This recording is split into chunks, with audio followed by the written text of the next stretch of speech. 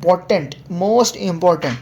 और इसके अंदर अक्लेजिया के अंदर हम एक चीज़ करते हैं, वो कहते हैं, हम उसे कहते हैं पोइम, कि हम लोअर एसोफेगल स्फिंक्टर्स की जो वो बिल्कुल आपका मूव ही नहीं कर रहा होता, तो उसको मूव क्या बिल्कुल स्टक होता है, उसको हमने ओपन करना होता है। ये कम से कम भी 6 घंटे का प्रोसीजर है पोइम का, और हम हफ्ते में या 2 हफ्ते में एक प्रोसीजर लेते हैं, पूरा दिन निकल जाता है इसके अंदर।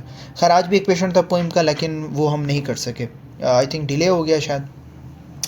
अक्लेजिया बेसिकली होता क्या है, failure of lower oesophageal sphincter. ये इतनी चीज़ों के अंदर है ना, कि लोअर एसोफेगल स्फिंक्टर गर्ड के अंदर भी आ रहा है, मेलोरिविस के अंदर भी आ रहा है, बोरेफ के अंदर भी आ रहा है, पेप्टिक अल्सर में भी आ रहा है, एसोफेजाइटिस में भी आ रहा है, इसके अलावा गैस्ट्राइटिस के अंदर भी मोस्ट कॉमनली आ रहा है, मतलब मोस्ट कॉमनली। लेकिन अक्लेजिया को आपने इस तरीके से तैयार रखना है, it is the failure of lower oesophageal sphincter. Main चीज़ इसमें आपने याद रखनी है कि there is no peristalsis. Patient को लिक्विड प्लस सॉलिड, प्लीज़ आपने ये कभी नहीं भूलना। अगर आपके पास पेशेंट प्रेजेंट करे और उसको लिक्विड और सॉलिड दोनों खाने में मसले आ रहे हैं, दोनों, एक नहीं दोनों में, तो अक्लेजिया है। इसके अलावा अगर आप पढ़े ना एसोफेजियल कैंसर को, एसोफेजियल कैंसर, उसके अंदर आप लिक्विड ले सकते हैं, लिक्विड आपका फिर भी जा रहा होता है, लेकिन जो सॉलिड फूड है ना, वो आप जो सा वो उसको सॉलिड फूड जो सा वो नहीं जा रही होती। तो इसके अंदर आपके जो से क्या होना स्टार्ट हो जाते हैं, फेलियर हो जाता है लोअर एसोफेजियल स्फिंक्टर का। किस वजह से, मैंने आपको कल एक 2 पढ़ाए थे, नाइट्रिक ऑक्साइड और इंटेस्टाइनल पेप्टाइड्स। ये आपके और बैक प्लेक्सिस के अंदर पड़े होते हैं। कहाँ पे पड़े होते हैं? और बैक प्लेक्सिस के अंदर। और इसकी वजह से जो आपका लोअर, अगर इसके अंदर कोई ना कोई लॉस होना स्टार्ट हो जाए, अगर ये ख़त्म होना स्टार्ट हो जाए, तो उसकी वजह से पेरिस्टालसिस आपकी क्या होना स्टार्ट हो जाएगी, ख़त्म होना स्टार्ट हो जाएगी। इसकी वजह से पेरिस्टालसिस ही नहीं होगी, तो आपकी फूड जो सी है वो आपके एसोफेगस के अंदर ही स्टक करना स्टार्ट हो जाएगी, और आपकी जो एसोफेगस है वो क्या होना स्टार्ट हो जाएगी, डायलेट, क्योंकि फूड वहाँ पे स्टक हो रही है ना। ठीक है। मोस्ट कॉमनली अक्लेजिया आपका आइडियोपैथिक भी हो सकता है, शागास डिजीज़ जो से आपको ट्राइपेनोसोमा क्रूजी की वजह से हो सकता है, उसकी वजह से भी हो सकता है, मेलिग्नेंसी की वजह से भी हो सकता है। मोस्ट कॉमनली इसके अंदर जो पूछा जाता है, इन्वेस्टिगेशन ऑफ चॉइस और गोल्ड स्टैंडर्ड, तो इसके अंदर हम करवाते हैं बैरियम स्वेलो, और गोल्ड स्टैंडर्ड के अंदर हम करवाते हैं मोनोमेट्री। क्या करवाते हैं? मोनोमेट्री। इसके अलावा इसके अंदर आप क्या देखते हैं, बैरियम स्वेलो के अंदर बर्ड पीक अपीयरेंस, ऐसे करके ऐसे नज़र आ रही होती है। ठीक है। और इसके अंदर कैंसर रिस्क सबसे ज़्यादा होते हैं। अब पेशेंट आपके पास कैसे प्रेजेंट करेगा? Simple is that. अब आपको पता है कि ब्लॉटिंग वहाँ पे एसोफेगस डायलेट कर रही है, नीचे खुराक नहीं जा रही, तो कैसे प्रेजेंट करेगा? Progressive dysphagia to liquid plus solid,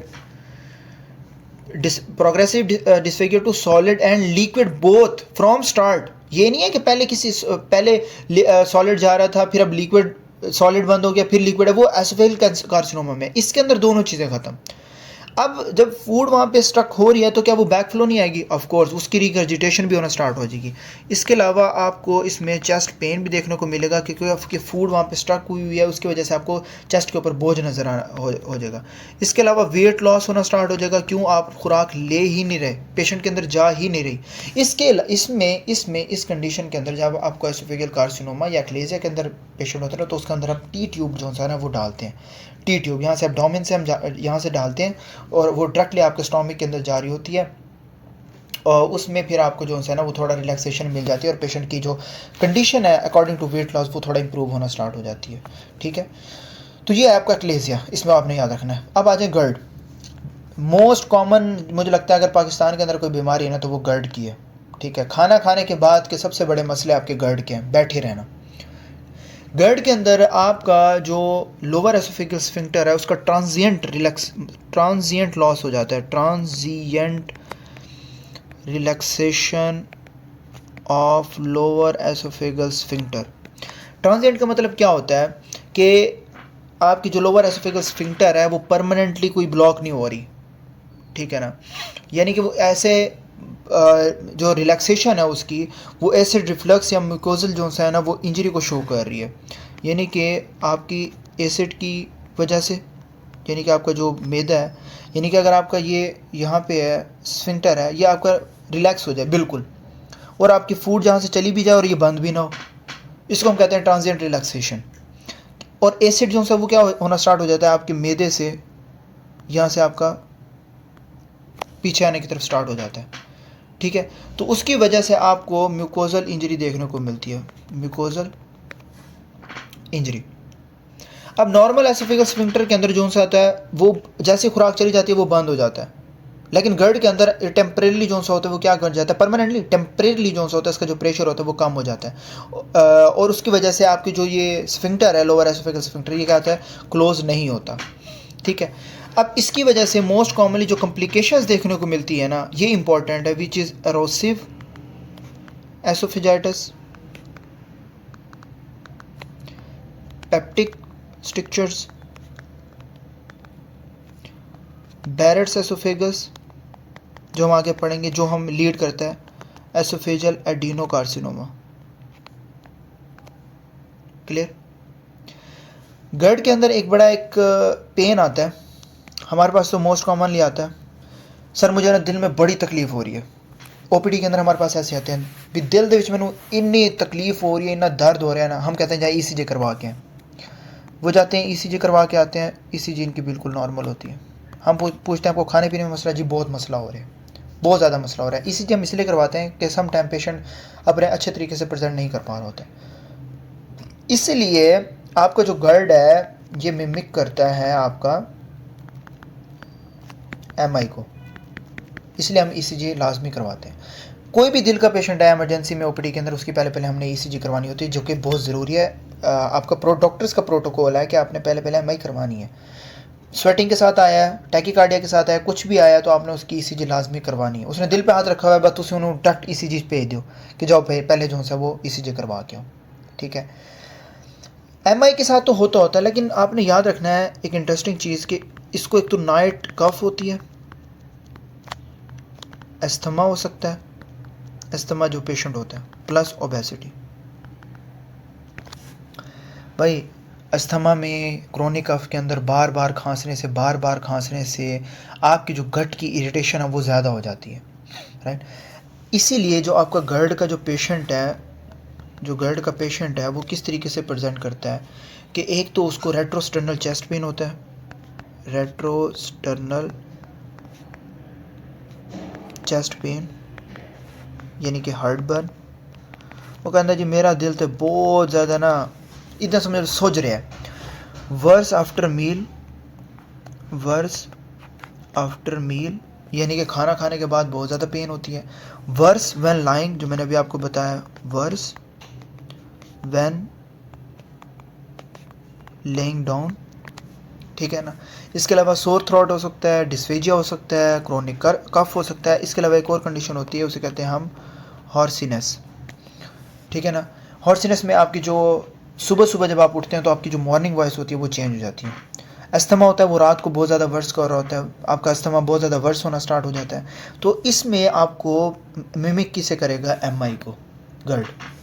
और इसके अंदर आपको पता है कि हमने क्या देने होते हैं, पीपीआईज ही दे रहे होते हैं ताकि जो सा वो जो लोअर एसोफेगल स्फिंक्टर है उसके अंदर रिफ्लेक्स जो सा होता है वो ना हो बेहतर तरीके से। और जो पीपीआईज हैं या आपके जो हिस्टामीन्स हैं वो हमने देने होते हैं ताकि जो एसिड है वो थोड़ा सा कम हो।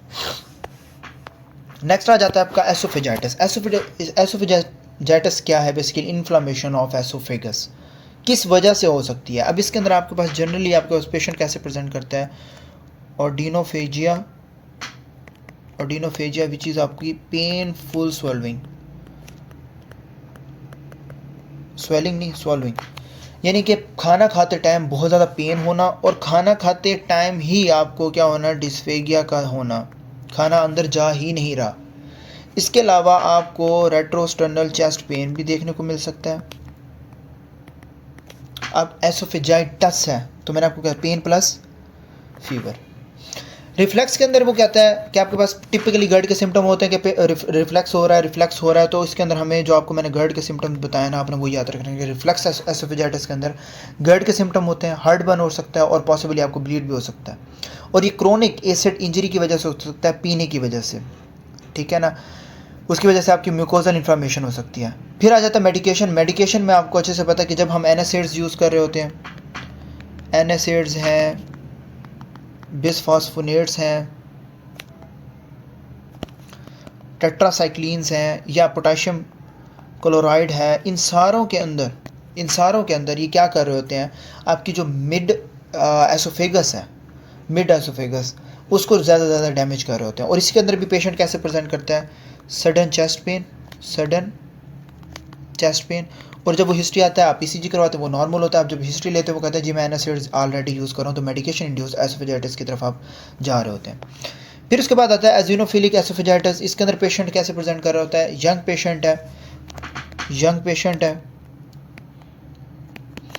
पेशेंट जो सा उसे क्या हो रहा है, डिस्फेजिया हो रहा है, राइट। और उसको क्या हो रही है, फूड जो सा होता है उसका जो सा वो फंस रहा है बहुत ज़्यादा। अगर आप इसके अंदर पूछेंगे तो इसको दमा भी होगा या एक्जिमा हो सकता है, दोनों कंडीशंस हो सकती हैं। आप जब एंडोस्कोपी करते हैं, अभी मैंने आपको दिखा भी दी कि किस तरीके से आपकी हम एंडोस्कोपी की रिपोर्ट बनाते हैं, तो आपको रिंग्स नज़र आते हैं। खैर मैंने ऑनेस्ट बता रहा हूँ, मैंने एसिनोफिलिक एसोफेजाइटिस का नहीं देखा। आपको रिंग नज़र आते हैं और इनको लीनियर फ्यूरोज नज़र आ रहा होता है एंडोस्कोपी के अंदर। अब ये हो किस वजह से सकता है, किसी भी एलर्जिक इम्यून रिएक्शंस की वजह से हो सकता है। एसिनोफिलिक है तो एलर्जिक, किसी भी एलर्जी की वजह से आपको हो सकता है। अब यंग मेल है, आपका प्रेजेंट हुआ है, फूड उसको खुराक अंदर नहीं जा रही, ऐसे कोई मेजर सिम्टम्स भी नहीं है, सिर्फ फूड की इन्फेक्शन है और उसको हिस्ट्री है दमा की या एक्जिमा की, तो आप एसिनोफिलिक की तरफ जा सकते हैं कि एलर्जी, दमा भी तो एलर्जी की वजह से होता है ना, तो आप एलर्जिक एसिनोफिलिक एसोफेजाइटिस की तरफ जा सकते हैं। इन्फेक्शस की वजह से क्या है कि आपको वाइट प्लॉक्स देखने को मिल सकते हैं और आप इससे अंदाज़ा लगा सकते हैं कि ये आपकी इन्फेक्शस है, यानी कि patient which is immuno compromised, already उसको कोई बीमारी चल रही हो, उसकी वजह से आपको जो सा है वो इन्फेक्शन एसोफेजाइटिस देखने को मिल सकते हैं। और मोस्ट कॉमन इसके अंदर हो सकता है आपका कैंडिडा, ठीक है ना। क्रोसिव ये है कि हमारे पास मुझे अभी भी याद है कि हमारा एक पेशेंट था Asiya, which is approximately 25 years old. उसने क्रोसिव इनटेक किया, मैं आपको वैसे एक स्टोरी बता रहा हूँ। क्रोसिव मतलब उसने शोर से लड़ाई करने की वजह से उसने पी लिया, एसिड पी लिया, ठीक है ना। अब एसिड के बाद जो इसकी इंटरनल जो एनाटॉमी थी वो आपकी जो सा है वो उसकी डिस्ट्रॉय होगी। अब जब उसकी एनाटॉमी डिस्ट्रॉय होगी तो वो ऑलरेडी 3 से 4 दफ़ा जो क्रोसिव इनटेक के पेशेंट आते हैं ना, तो हम इसके अंदर डायलिटेशन करते हैं। क्या करते हैं, डायलिटेशन। अब जब डायलिटेशन करते हैं ना, तो हम उन जगहों को जो सा वो क्या कर देते हैं, डायलेट कर देते हैं स्पेसिफिक रीजन के ऊपर, आइदर 23 FR 26 42 लाइक इस तरीके से। तो उसकी एनाटॉमी अब बिल्कुल हमने 3 से 4 दफ़ा जब उसकी डायलेट करना स्टार्ट की एसोफेगस के अंदर स्कोप डाल के, तो वो डायलेट हुई नहीं, क्योंकि उसकी एनाटॉमी इतनी डिफ़िकल्ट हो चुकी थी कि उसका ट्रैकिया बिल्कुल प्रोमिनेंट नज़र आ रहा होता था। और एसोफेगस जो सा वो जिस तरह हमारे पास ट्रैकियो एसोफेगल फिस्चूला का पेशेंट आता है वैसे आता था।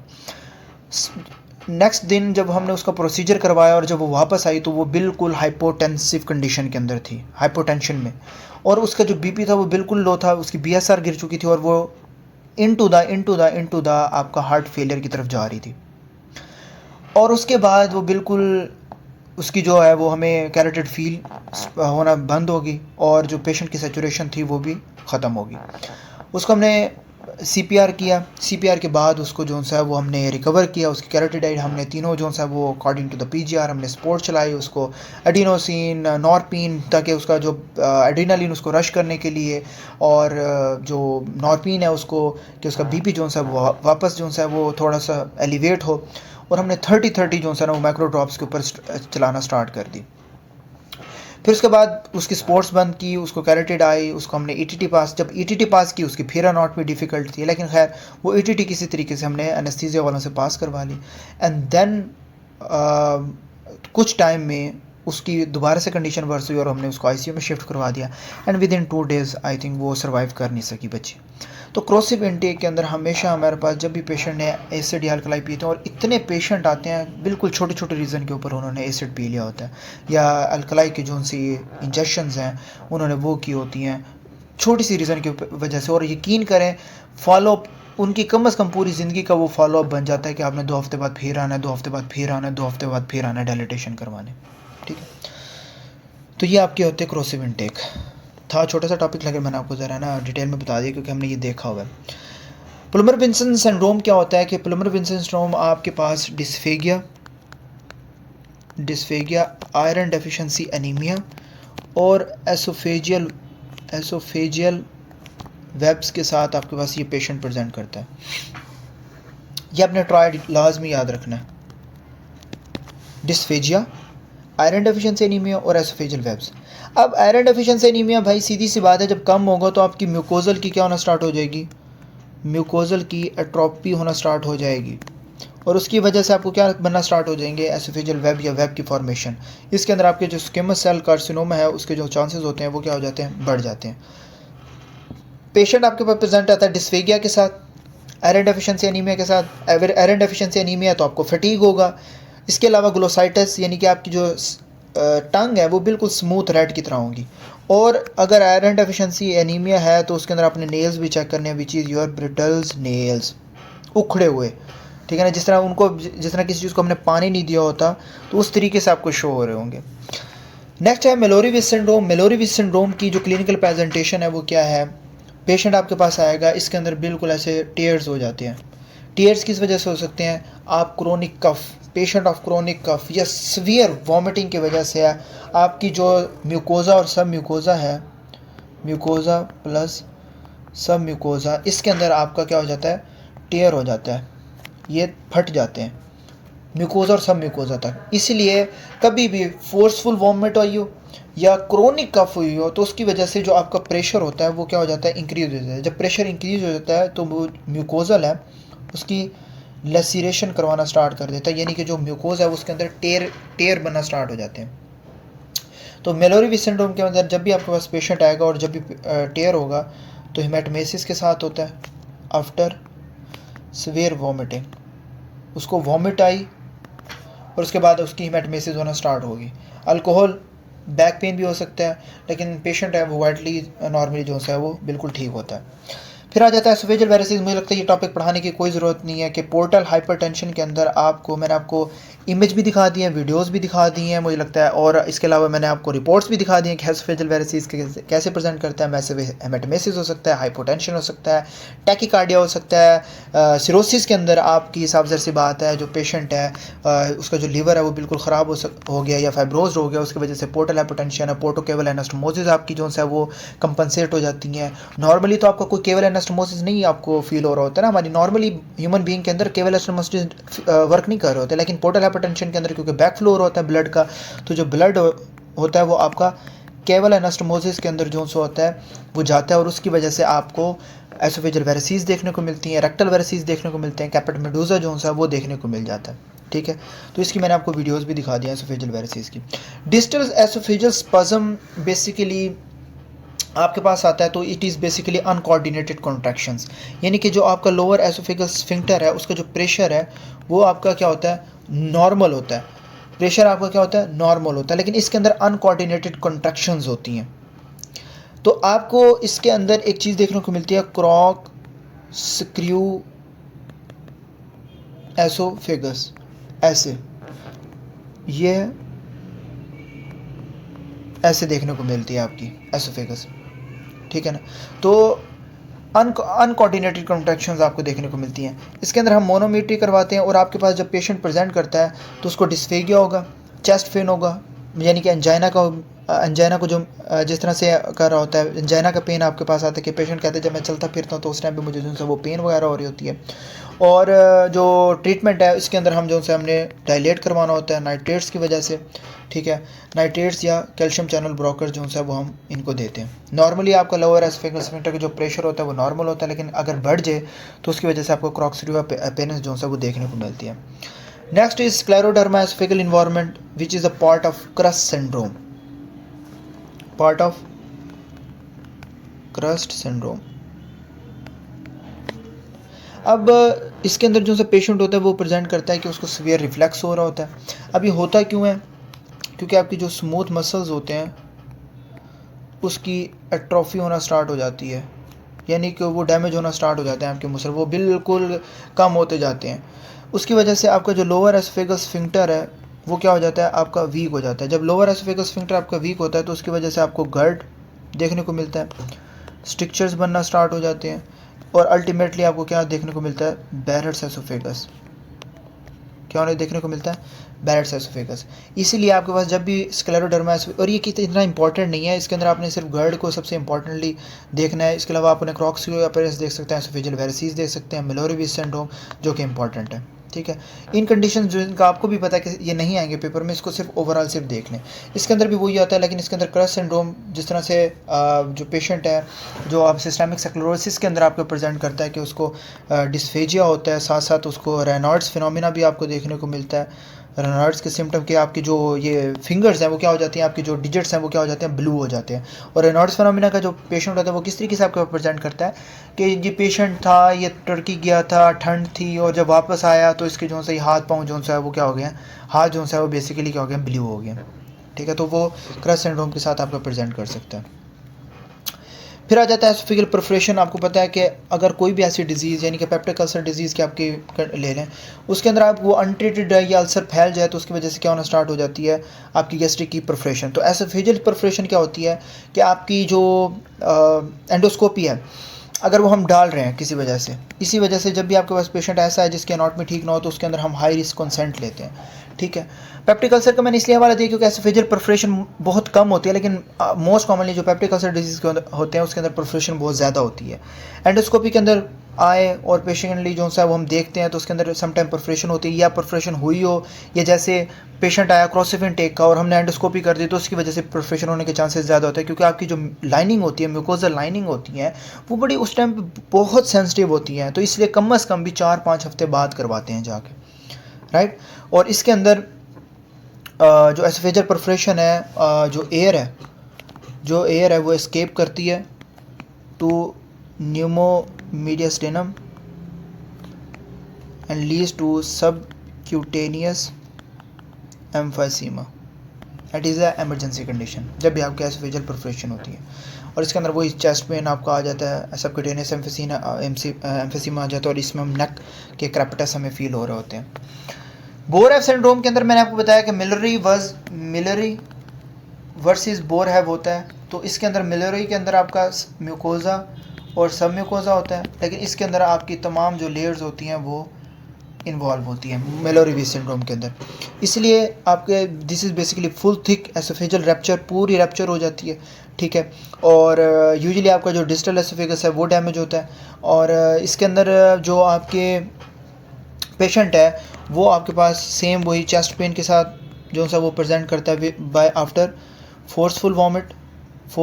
बस फ़र्क ये होता है मिलोरी सिंड्रोम और इसके अंदर के, उसके अंदर म्यूकोजा सब म्यूकोजा यानी कि म्यूकोजल टेयर है, और इसके अंदर आपके क्या होते हैं, ट्रांसम्यूरल रैप्चर। अगर पैथोलॉजिकली पूछा जाए तो इसके अंदर ट्रांसम्यूरल, और मेलोरी के अंदर आपको क्या होते हैं, म्यूकोजल तक जो रहे, म्यूकोजल टेयर, राइट।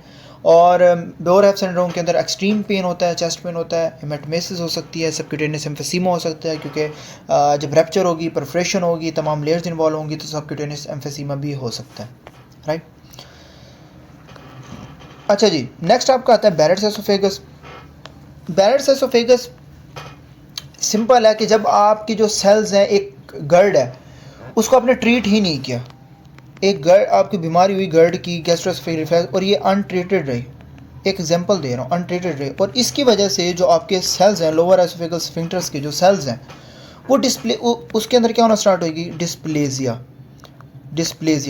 और डिस्प्लेजिया बढ़ता at the end Barrett's oesophagus पे जाता है, और फिर बैरेट्स एसोफेगस से आपकी जो सेल्स हैं वो एक्सट्रीम पे डिस्प्लेजिया होने सकते हैं, फिर मेटाप्लेजिया, और फिर उसके बाद कैंसर। यानी कि रिप्लेसमेंट ऑफ